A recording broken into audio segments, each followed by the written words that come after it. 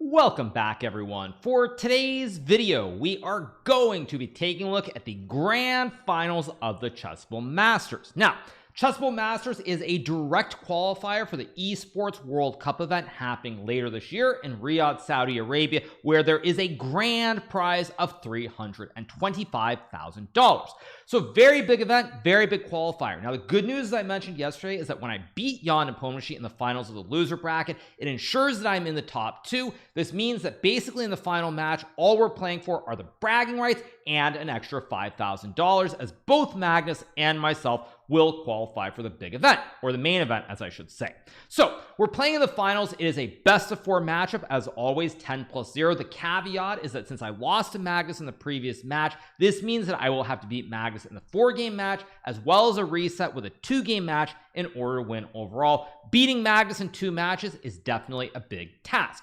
So let's jump right into the action. We're going to start with the first game in the best of 4, and I'm playing with the black pieces.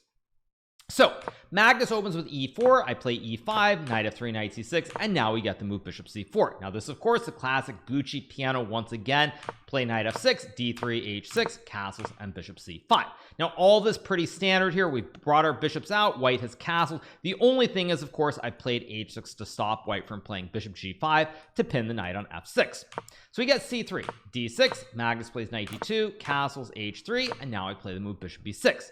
Magnus goes rook e1, I play a5, and here he plays the move a4, trying to stop my expansion on the queen side, and or potentially wanting to move to c4 with the knight later, where the pawn will stop b5. So for example, just to illustrate the point, if white goes knight c4 in a position like this, if black wants to go b5 to kick the knight, it's not possible, as white will take the pawn. So this knight here is perfectly placed, hitting all the pawns, and meanwhile you can't easily remove it. So that's why Magnus plays a4. Here I play the move bishop e6, and now Magnus goes b3. Now in this position, I play the move rook to e8, and here was a critical moment in the game. Now I knew that the best move here is to play d5, but as I had not looked this line recently, I didn't feel very comfortable going into this, because after pawn takes, and knight e4, white wants to bring the bishop to a3 to hit the rook, maybe play d4, and if you don't know the line perfectly, in a time control with no increment, this is a very, very dangerous spot to be in, as you're going to struggle on the clock. So I play the move rook e8, Magnus goes bishop b5, I play bishop d7, knight c4, and now I play the move bishop c5. Magnus goes bishop d2, and here I play the move bishop a7. Now this might look really weird the way that I'm dilly-dallying with my pieces, but the main thing here that I'm trying to do is move very quickly, not spend a lot of time, because if I try to spend a lot of time and come up with a deep conceptual idea, white's response will be very easy. So for example, if I play knight h7 here, white can take and maybe go for d4 here, attacking the bishop and the pawn. If I take with a pawn, there's b4 or d4, and white is doing very well also. So I'm in a situation where I don't want to spend a lot of time. I don't want to burn my clock, because if I get low on time, bad things will happen since there's no increment. So I go for bishop a7. Magnus trades on c6. I take with the bishop, and now he goes knight a5. I take on f2. We get this trade, b4 rook a8, b5 bishop b7, and now the move c4. Now what Magnus is trying to argue here is that he can push p on the queen side, create a passed pawn, and if he can create a passed pawn here, he has chances to win the game. So here I play the move c6, Magnus goes king g1, and now I play the move bishop e6. Now I don't really regret the move bishop to e6 here, but I do think that it was already kind of time to start playing more actively with a move like knight to h5 to go f5 or knight f4, or knight h7 with f5. Instead I play bishop e6. Now it's very easy after the fact to say these things like should have done this, should have done that. In the moment it's very tough, because one of the big differences, and I mentioned this in many of my recent recaps, is that the flow of the game is very different with increment versus without. So if I were playing this game with increment, I probably would already here use 30 to 40 seconds looking for a good move, because I know I'm going to be able to accumulate time later. So the premium on good moves is much higher. But when you're playing without increment, in a lot of cases you have to judge, where do I spend my time, where do I move quickly, and so you're caught in between. So I go bishop e6, Magnus plays a5, I go knight d7, and now he plays move king h1. Here I trade the pawns on b5, and this is the start of going wrong.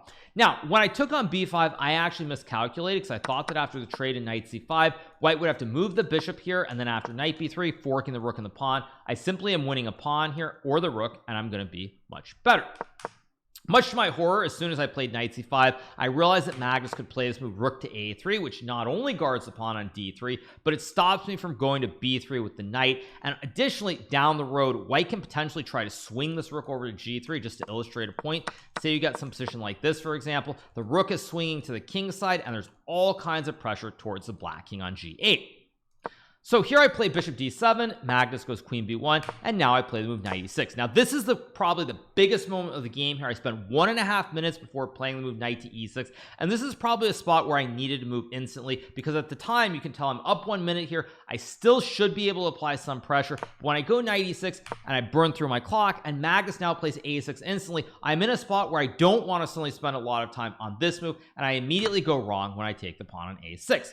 Now, when I took this pawn on a6, for some reason, I thought that I would be able to win this pawn, but it's just a mistake. What I should play here is a move queen to b6, as now I attack the pawn on b5, and I guard my pawn on b7. But last but not least, say bishop e3, knight c5, white will have to do something here. If white takes a pawn, you lose the rook, and if white plays a move like queen to a1 here, I can simply take, and after takes, at the very least, I should be able to draw this position. But instead, I trade the pawns, and this would be okay, except for the fact that I'm gonna need to have a plan immediately, because now Magnus is just pushing his passed pawn, so I will have to be very precise.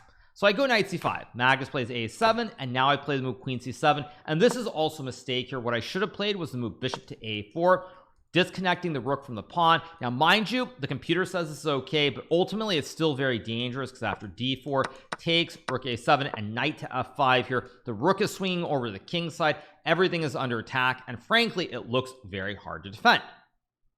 So I go queen c7, and now Magnus plays queen a1 instantly, and here I play bishop b5. Now, the big problem, on top of just being a little bit worse here, is that now the ebb of the time has flowed in the other direction, where Magnus is guarding his passed pawn on a7, and I have to come up with a plan, and I'm already down 1.5 minutes here.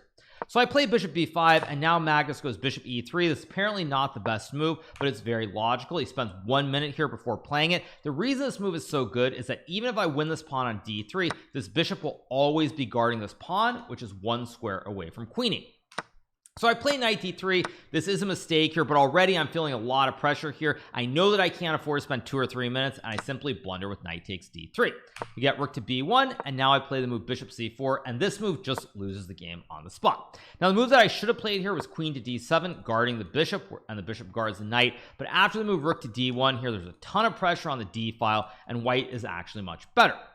So I go bishop c4. As you can tell, I spend a lot of time here. I'm feeling a lot of pressure on the clock now, and after the move knight to d2, I can effectively resign here, because both my knight and my bishop are going to be under attack here, and white has this passed pawn, which keeps this rook stuck on a8.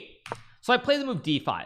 Magnus takes, and now I go f5 here. I spent all my remaining time basically. It probably would be better just to resign here, because there's no way of saving it with only 48 seconds. But it takes, I play f5, we get queen c3, e4, takes, queen g3, and now Magnus plays move knight f1. Here I go knight to f2, checking the king, and now Magnus correctly takes the knight. If Magnus were to go king g1 after takes and knight f2, white obviously does not want to make a repetition, so white would eventually have to take the knight. So Magnus takes, I take the rook, we get d6, king h7, and now Magnus plays move queen d5 here, attacking the pawn on f5, also spying the rook on a8 here, and it's over. I play f4, we get queen f5, and here I simply resign the game, because even if I wanted to play on with only 12 seconds, there is no chance to survive.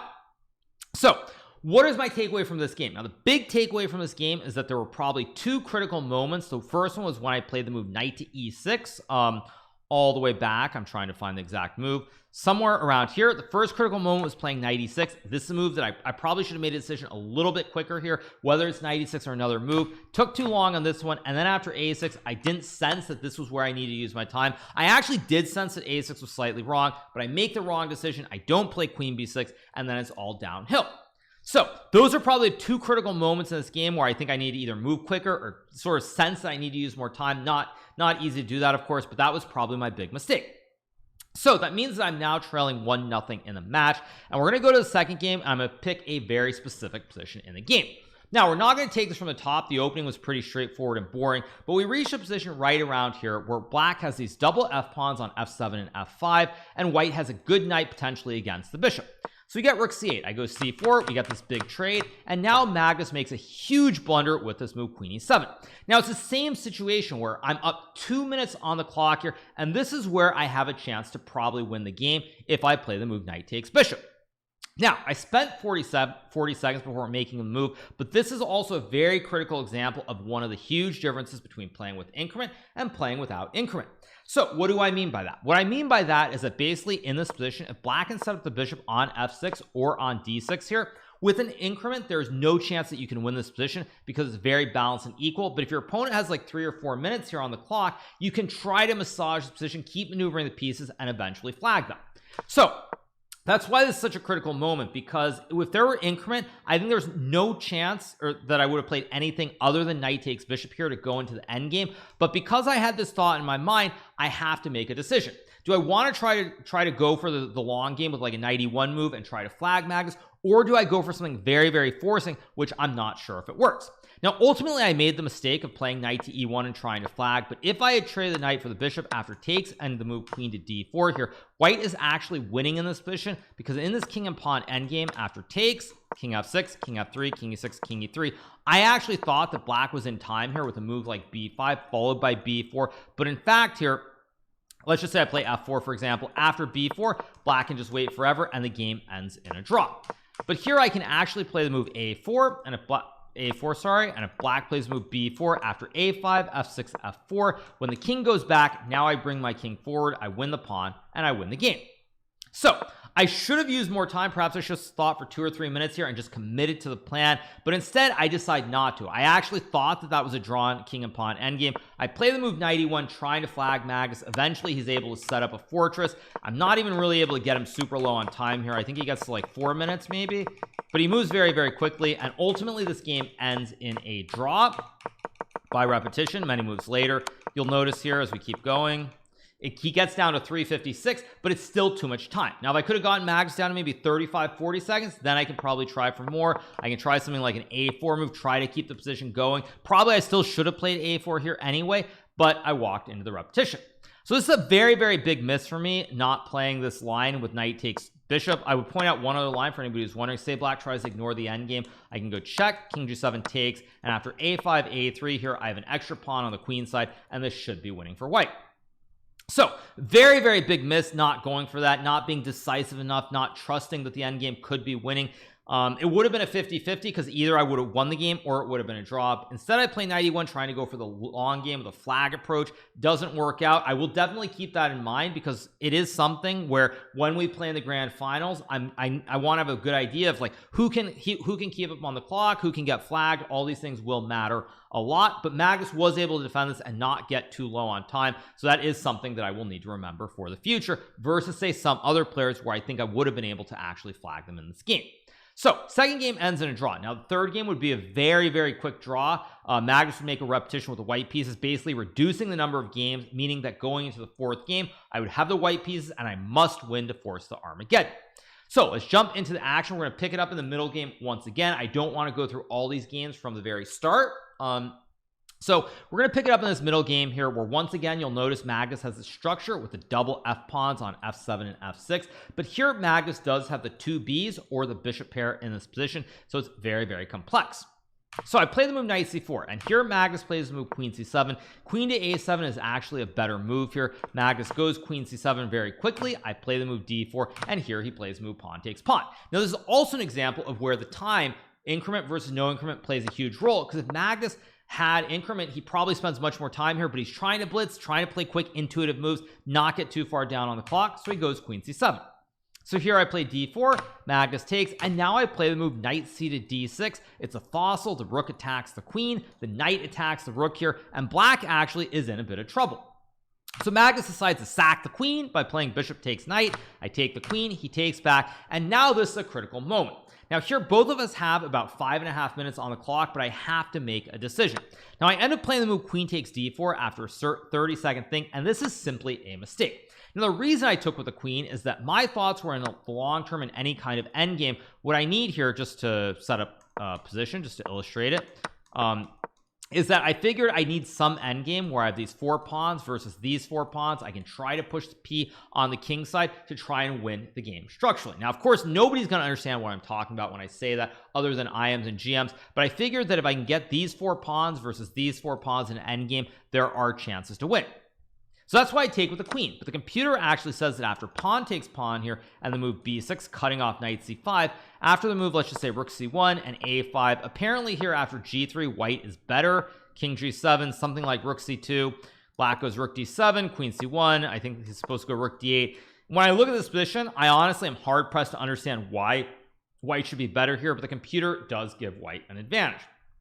Now, do I think this is a winning advantage? Probably with perfect play, this is still a draw, but this would have given me perhaps a better opportunity than what happens in the game, because in the game I take the pawn with the queen, and now after the move bishop e5 I go queen a7, and here Magnus plays the move b6.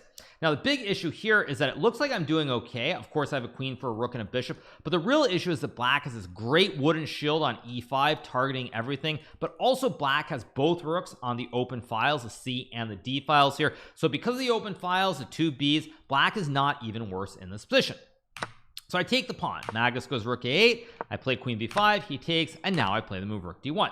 Here Magnus plays rook c8, and now I play the move g3 fairly quickly, and this is simply a mistake. Now the computer wants me to go b4 here, but even after b4, let's say black goes knight c3, takes. If I play queen b6, for example, black can go, I think king g7, not rook b8, because after rook b8, I thought there was rook d8, but apparently let's just say queen to a5, rook b3, just say g3 takes, and here we reach an endgame where we both have 4 pawns, but this should be a draw because after bishop d5, let's just say takes, king g7, or even rook b1 perhaps, and the computer does not think that white is winning here, as you can see from the valuation. But I go g3 here. The reasoning behind g3, create the look for the king so there are no ice skaters on the back rank here, and now we get to move rook a5. I play queen f1, king g7, and here I play the move knight d2. This is simply a blunder. Perhaps I should go h4 in this position, but after h5, black is doing fine here. The bishops are great in the middle of the board, knight c3 is coming, and the game is likely to be a draw, even though I have an extra queen here, because the queen can't target anything. You look at this queen, there are just no diagonals. The black king very safe with the pawns and the bishops around it, so I have no advantage. So I go knight d2 instead. Magnus plays knight c3, I play rook e1, and now he plays move b5, cutting off the knight jump to c4. Here I go bishop g2, we get rook to d8, I play the move knight to f3, and now Magnus takes the pawn on b3. Here I trade on e5, and I play the move f4. At this point, I'm desperately trying to create open files, open lanes for my queen and my rook here. So after f4, we get bishop c4, I go queen f3, and now Magnus plays move e4. Here I go queen g4, and we get the move rook to a2. Magnus's idea, of course, to line up Castle Mania on the 7th rank with the 2 towers. Now the computer does say that b4 is winning as well, just pushing p because the rook covers f5, but all roads lead to Rome. So you get rook a2. Here I play the move f5, Magnus goes rook d2, and now I play the move f6. You get king f6, check, king g7, check, and now Magnus plays f6, and the game ends by repetition after check, king h6, check, and we make the repetition. So disappointing 4th game perhaps on one hand. I would say it's a lot less disappointing the 2nd game, because this one, even looking through the lines with you guys as I do the recap, I'm not really convinced that extra queen for the rook and the piece was winning, and I'm definitely not convinced that I could have won that against anybody, frankly. I think even if I were playing someone other than Magnus, really doubtful that I would have won that position. So not really disappointed with this last game, a little bit disappointed with both the 1st game and the 2nd game, more so the 2nd game, of course, because if I traded the queens, I would have won that game. But at the end of the day, it wasn't meant to be.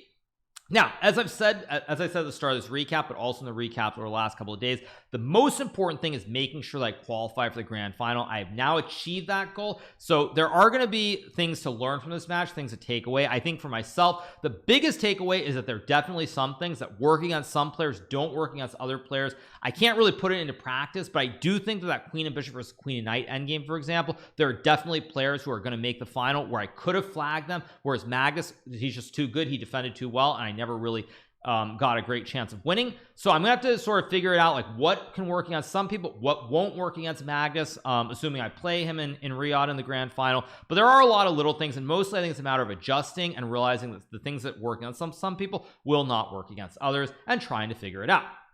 But even though I lost both these matches, I had opportunities in the first match. In the second game with the white pieces, I had one moment where I was winning. I missed it. Today, one moment in the second game where I was winning. I missed it. If I had won either of those games, the match would have been completely different. Doesn't mean I would have won, but it would have been a very different story.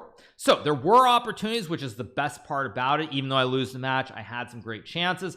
You can't really ask for more than that. It's just going to be a matter of converting on such opportunities. So it is what it is. I finished in second place in the Chessable Masters. Magnus gets the big win. He gets the $25,000 as well as the automatic qualification for the grand finals in Riyadh. I will also qualify, even if not officially, by finishing second. So all's well that ends well. A little bit disappointed with the quality of my play in these final two matches against Magnus, but not super worried. You just keep moving forward, and I'll just have to be better and capitalize when those opportunities do present themselves in the upcoming matches.